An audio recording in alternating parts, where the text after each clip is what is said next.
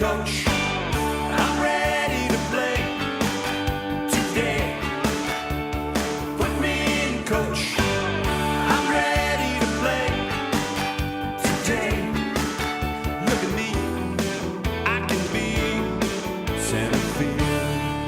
Hi, everybody, and welcome back to the show. What a great pleasure it is to sit here with an old buddy, someone who anybody who's ever played baseball knows this fella. This is Gus Zernial, former American League All-Star and a fabulous Major League career.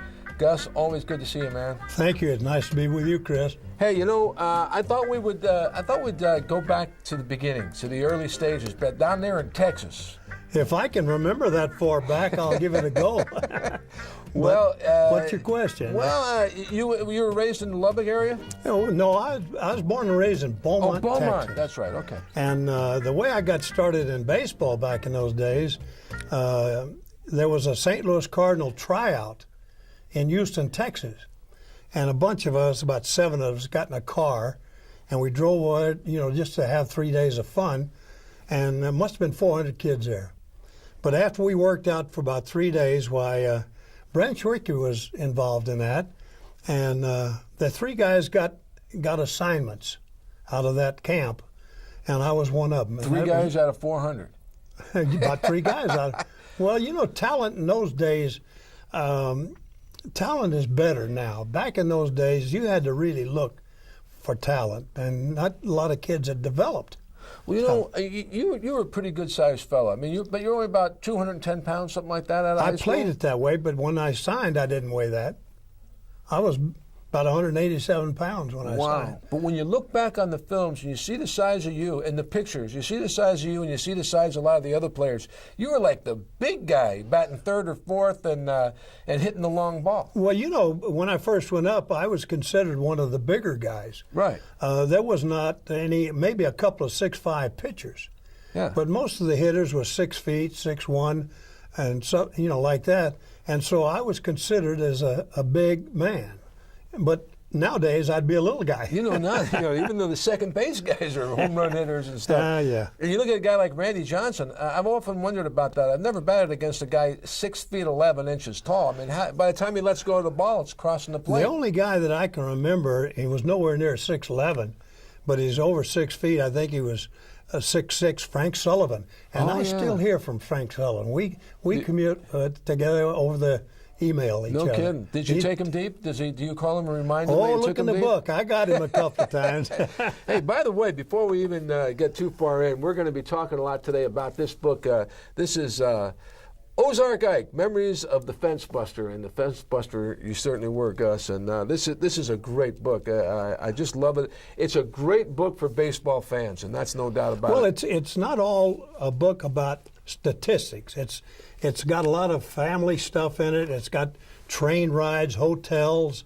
It's that kind of a book. And you can read a chapter if you want to, set it down, come back later. It's not in sequence. The book is broken up that way. And I enjoyed writing it, and I did every word of it. Well, I'll tell you, it's a great book, and we're going to be talking about a lot of that today because I want to know about your high school years and stuff. And were you one of the biggest guys? And did you play a lot of sports, or was it just baseball? No, I was not a big guy in high school. I was 6 feet. Yeah. I grew later after when the service. In high school, I was 6 feet and weighed about 180 pounds. And I played basketball, football, baseball, What'd you track. play in football? In football, I was an end. He was an end. And I was not a very good one. Played both ways, though, offense, defense. Oh, you had to play both ways. Of course. Only had 10 guys. So, but my sports in high school more was basketball and baseball. Football I was not good at, and I did run track. But, back in those days, they didn't have enough track meets and stuff like that, and I'd go out and work with the track team and stuff like that. So what event? I ran the 440. I was pretty fast. That's a lot of people didn't realize. I told some people the other day at a meeting, I said, when I tried to creep up on the stage because of my age, and I said, would you believe I stole 15 bases in the big leagues? Yeah, and you also had a lot of triples. 1 year I hit 30 I hit 33 triples one That's year. unbelievable. It was a record, but what I did, I stopped most of the time at second base and only got doubles out of them.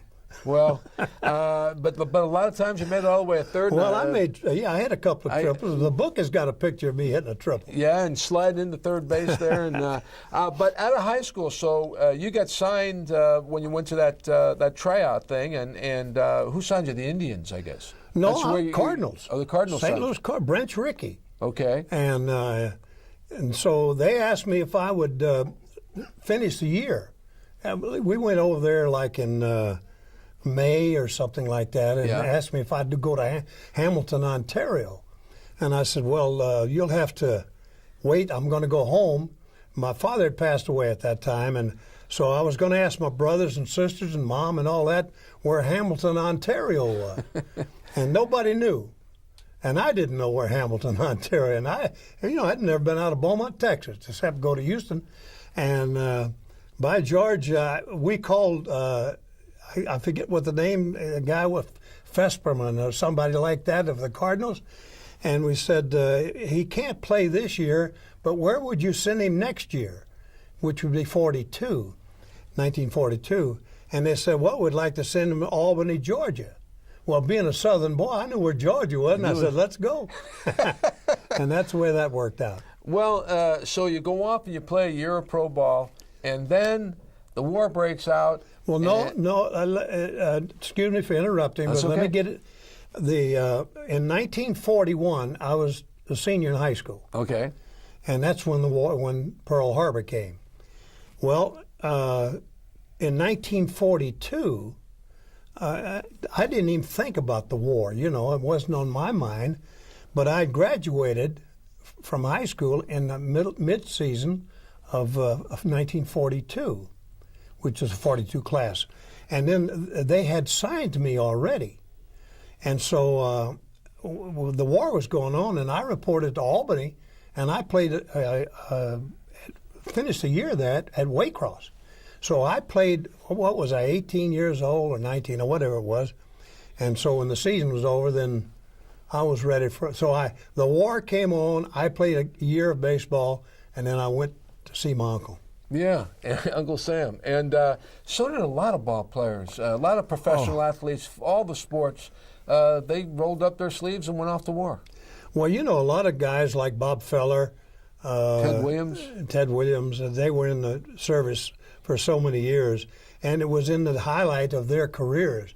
And a lot of people have talked about what would they have done had they not put those 4 or maybe 5 years, as Williams did, in the service. Mm-hmm. And, Williams, he hit 500 and something home runs, but what would he have hit if he had those 5 years together? Well, many people say he was the greatest player of all time. Well, I thought he was the greatest hitter I ever saw. Really? And you saw him poke quite a few I played 10 years against him. No kidding. I beat him out in home runs in 1951. Yeah, and that's my claim to fame. Well, didn't you tie with him again No, year? I never tied with Al Rosen.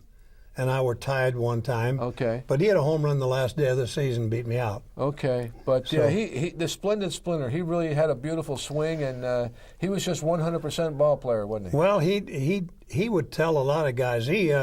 One of the guys I can mention that he helped a great deal was Al Kaline, who later made the Hall of Fame with Detroit Tigers. He talked to him about hitting, but he talked to all of us about hitting. But I got some things from him that I used, but I got some things from guys like Greenberg and Rudy York and Hank Greenberg, wow. DiMaggio, guys like that I used, and so you pick up tips from different guys. Well, you're in the Navy, right? I'm in the Navy in October of 1942. And so you come out of the Navy and you go back to playing ball. And then before we talk about your great major league career, I want to ask you about the Pacific Coast League, when you played in the Pacific Coast League, because the PCL in those days, particularly in Hollywood and in the Bay Area, that was pretty big. Well, they was an independent league, and they were called the third major league at that time. Because a lot of people would come, and in Hollywood, a lot of celebrities, and it used to draw big crowds out here. All the time. What was that? How many years did you play there, and who'd you play for? Well, in 1947 and 48, I played with the Hollywood Stars Okay. in the Coast League. That couldn't hurt. That was a lot of fun. It was a lot of fun. A lot of view, a lot of beautiful people. Yeah, that's a good way to put it. I'll just mention a couple because, back in those days it was Debbie Reynolds, Sure. Virginia Mayo. I can't think of all of them. Betty Grable. You got to meet all of them. Oh yeah, Oh, sure. man. And that was a lot of fun in Hollywood. But let me tell you something about playing in Hollywood. We played 189 game schedule. Wow, that's more than the big leagues was playing. Oh, well, the big leagues never played that many. They were playing 154. That's all. Yeah. And I went to bat officially in 1948 737 times. Jeez, what'd you hit? I hit three. What did I hit? 322. 322. I led the league in 700 at bats. I got the most base hits in that year. I got 237 hits. Good Lord! almost And then when they finally did come after you, you actually thought about staying, didn't you? Or did they offer you some pretty good money? Well, Frank Lang. Well, I was making $9,000. Okay. Because the season was longer, and the minimum in the big leagues in those days was $5,000.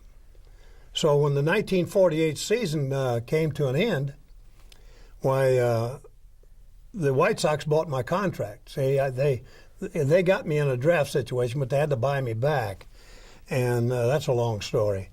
And so they bought my contract, and Frank sent me a contract for $5,000. And I said, well, Frank, I can't take a pay cut just to come to the big leagues. And that was in 47. And so he didn't sign me that year. I went back and had a big year for Hollywood, the one we just talked about. Yeah. And then he sent me another contract for $5,000. And I refused to sign. And we went back and forth and like that. And finally I signed a contract with him for $9,000 and a $1,000 bonus if I played all year.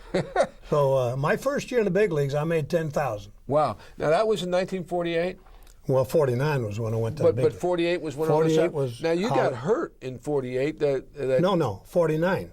I was with the White Sox, and then we started the 1951 season. That's after I broke my shoulder in 49. In 1950, I had a big year for the White Sox. I set several club records, home runs and stuff like that. And then in 1951, I was traded from the White Sox to the Philadelphia Athletics. I played on ball clubs that we didn't compete that much as in the league, but I went to bat every time. When every game I went out to play, I played to win. I wanted to win. I was real competitive. And every time I went to bat, I wanted to do something. And so consequently, with that kind of an attitude toward the game, I ended up in that decade of the 50s. I played from 1949 to 1959. Mm-hmm. And I loved it. The train rides didn't bother me. The ballparks didn't bother me. I loved to play against some great pitchers back in those days. Oh, my goodness. I mean, Maybe the best of all time. I talked to Al Simmons one time. He gave me a little tip on how to hit Bob Lemon, and I said, why didn't you come to me a little bit sooner? I've already put the guy in the Hall of Fame. But actually, I make a comment once in a while. I always say this is kind of, you got to understand what I'm saying. I really should be in baseball's Hall of Fame. Now, that's kind of what kind of question is this? Or what am I going to say now? But I went back and checked, and there's 17 pitchers that's in the Baseball Hall of Fame that I batted against. And I always said my name ought to be next to those guys somewhere. Yeah, but you know what it also would say? It would also say next to their name that this guy was taken deep by Gus Zernial. Well, sooner or later you probably got to him. The book will tell you that. Yeah. But there were some great pitchers. Bob Feller, of course. Well, I'll give you a little quiz question. Okay. There were 4 Hall of Famers at that time, Hall of Famers to be, pitching on the Cleveland staff at one time. Okay, I'd say Bob Feller, Early Wynn, Joe Garcia. No, Joe Garcia? No. Mike, you're thinking of Mike Garcia. He didn't Oh, make it. Joe Garcia. He didn't make it. Joe Garcia, but he's in the Radio Hall of Fame. Let's see. Well, you forgot one so of the Wynn, big ones. Garcia, and Lemon. Yeah. Yeah. That's three of them. Bob Feller, Early Wynn, Mike Garcia. No, and Bob Mike Lemon. didn't make it. Oh, okay. Who would the fourth one be? Well, I'm not going to let you stagger over that All for right, the time, but Satchel Paige. Oh, Satchel Paige. He made it through the Negro Leagues more than anything. Yeah, but then he made the Hall of Fame. Yeah. Now, Satchel, nobody knew how old he really was. How old was he? Was he? They said when he retired, he was in his 60s. Well, he might have been. He was somewhere when he played. He was somewhere between 40 and 60 at that time. Yeah. But he was still young enough to throw. Yeah. He could hum it. There's a famous picture of you back in 1951, I'm going to guess, or 52 maybe, where you're standing there with Mickey Mantle, and it's kind of like the seasoned pro showing the young fella, how to hold the bat. Well, I think the picture you're talking about was 1952. Uh-huh.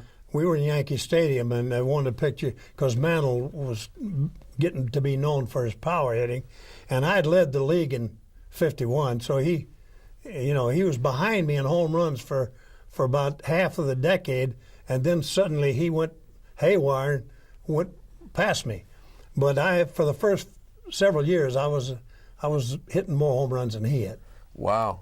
But that's an honor because to me, he was one of the greatest of all time. Oh yeah, man, he was my hero coming up, living in the New York area my first 26 years, and went to see him play many times at Yankee Stadium.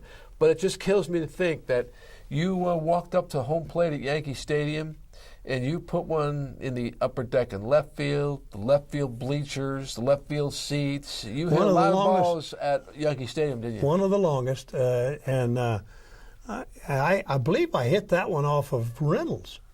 Allie Reynolds. No Reynolds. wonder he brushed your back so many times. Yeah. But well, was it a thrill for you in those days? Was Yankee Stadium king in those days too? It was really truly the legendary.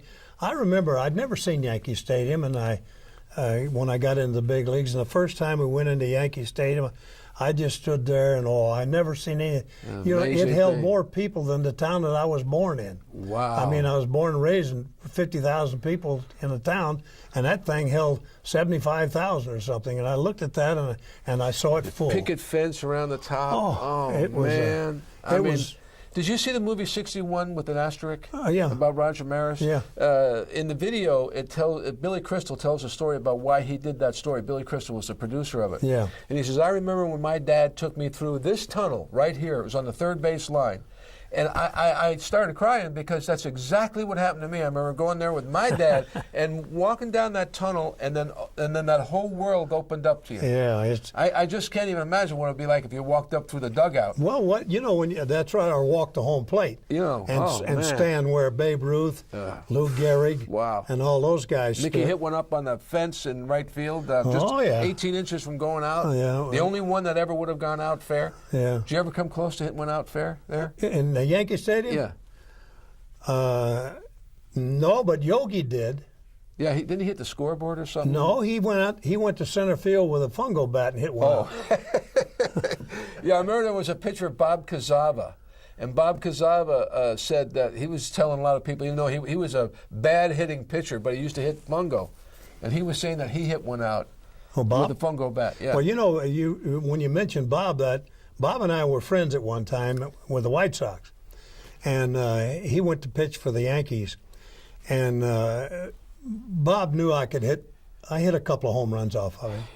And he gets me 3-0 in Yankee Stadium. This is one of the long balls that we hit there. And he throws me a curveball, 3-0. And it didn't have anything on it. I mean, it was just like, here, look at this, hit me. And I hit him. And I hit it in the left field bleachers. And he never would forget that. He said, how in the world could you look for a curveball 3-0? I said, well, you didn't have that much on it. I just doubled and hit it. You know, you run across a lot of the old players over the years. You played a zillion golf tournaments and all that. And I imagine that would be a lot of fun talking about not only the stadium itself, but I want to ask you about the New York Yankees dynasty and what it was like to be a nemesis to that dynasty. And we're going to talk about Gus Zernial and the New York Yankees and the dynasty of that great team in the early 50s after we come back from this word.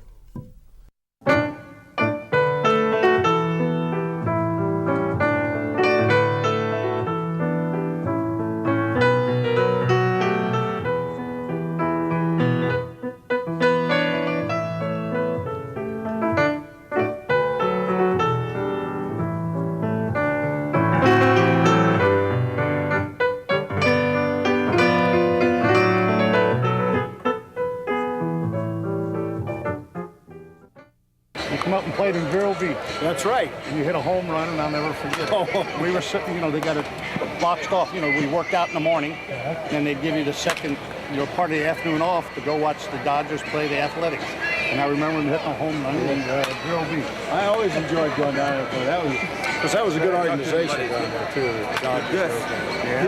Yeah, I remember you very well. Coach, you were talking about a home run that you remember that Gus hit.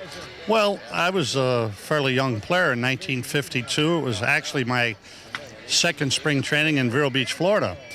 And I can remember we worked out in the morning, and they would give all the minor league players the afternoon off to watch the Dodgers play, and they were playing the Philadelphia Athletics. And I can remember Gus Zernial hitting a home run that day, and that's what we were just talking about. Oh, that's great. It's funny how things stick out in your mind. Just like a old home week? Well, I've had a lot of fun already. I've been on the field here talking with the players and Don Zimmer and Joe Torre. I mean, we go back a lot of ways, so it's been a lot of fun. It's reviving me a little bit. Hi, everybody, and welcome back to our visit with Gus Zernial. We're talking about his great career in Major League Baseball, and we were just about to talk about the dynasty, something that was very big in my life growing up in those 50s years as the Yankees dominated. And you being a player who, like we were talking before, you took a lot of balls deep in Yankee Stadium. You had to be a nemesis to them. What was that dynasty like for the rest of the league when it seemed like, hey, why even hold the season? We know the Yankees are going to the World Series again. Well, when I got out of baseball, I told a story that through my career, and when I retired and got to be about 40 years of age, I used to tell the story. There was only two things that I knew as a kid. That was Franklin Delano Roosevelt and the Yankees. And that's all I knew. The Yankees, I played 11 years in the American League, and the Yankees won it 9 times. Yeah, isn't that amazing? So, they had great ball players. Yeah, and how did they do that? I mean, did they buy them all, or not of course in those Mickey days. came up through the ranks, And they didn't buy them. They didn't buy Phil Rizzuto. They Right. didn't buy Hank Bauer, no. Whitey Ford was a New They Yorker. came up in the organization. But, Yeah. but before that, you don't remember the teams before that because when I first got there was a guy by the name of George Selkirk. That played right field. Big name in baseball back there. Home run hitter. Yeah. A big muscular guy. I Joe remember him. DiMaggio was in center field. I remember DiMaggio, And of course. Gene Woodling was in left field. Gene Woodling. So they traded for Gene, but the other two guys they had with them, and of course they had McDougal in the Gil organization. McDougal, shortstop. Well, let me ask you about some of the players that you've played with, and we haven't talked about this ahead of time, so if you don't want to say anything about a certain person or something, then I don't. did. But I had I'll made a have list something. here. First of all, I want to know,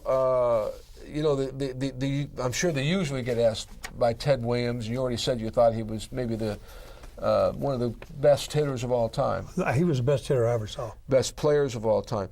What about guys like Nellie Fox? Tell me a little Nelly, bit I about Nellie played Fox. with Nelly. Little Nelly second and our baseman. teammates. He was what I would call a self-made ball player.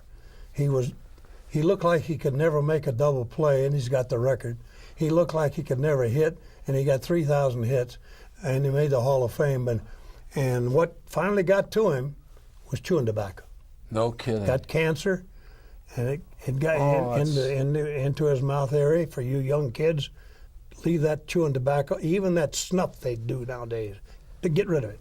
Good player. A lot of doubles and triples. How about, I wanted to ask you about Hoyt Wilhelm. Did you ever bat against him? Yeah. Did he drive you nuts? He drove everybody The nuts. knuckleball pitching. Yeah, you never know where that ball. He really had the best knuckleball that I ever hit at, and I know there was a lot of other guys with good knuckleballs, but I had an awful lot of trouble hitting him. In fact, Buster Mills, a coach, one time told me, he says, "Why don't you wait till it gets right to the plate and just hit down on it?" And I waited till it got right to the plate and I hit down on it and broke my bat on the plate. I said, "No, that don't work either." No. Everybody's got a Yogi story. Well, Yogi's, the one story I have about Yogi, he was always talking. And, they call him a monkey on the string, whatever, he just. He would But anyway, try to distract you as you're batting? Oh, he'd always do that. And Yogi would work his way under you, get right under you on the plate and steal pitches. And I told Yogi one day, I said, "Yogi, I got a big backswing." And I said, you better get back a little bit.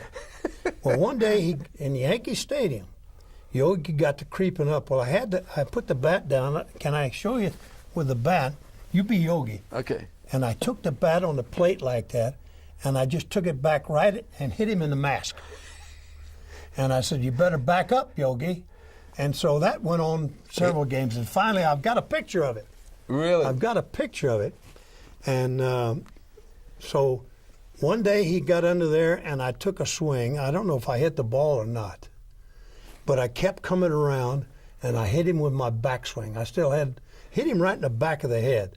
And I told him, I said, "You just better get in your catching place. Don't get on the plate."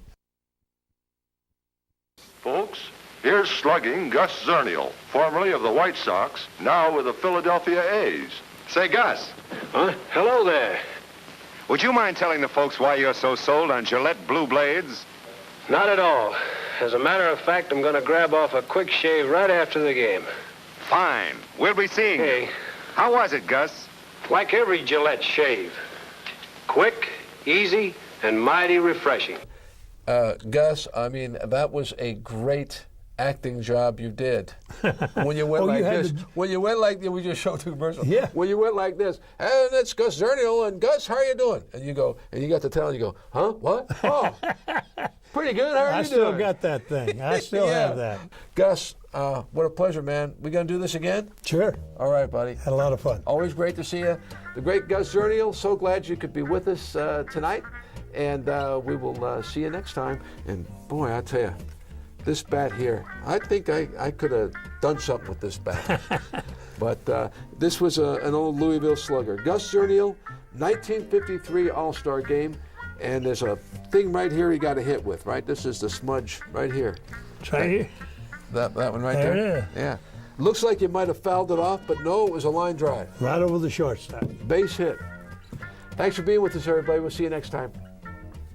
You all set to throw the pitch? Have you been working out? I warmed up, yes. I warmed up yesterday in the alley, and I threw 5 pitches, and I got a sore arm. So you're look gonna, out. so you're going to throw it with your left arm, right? Yeah, I'm going to throw.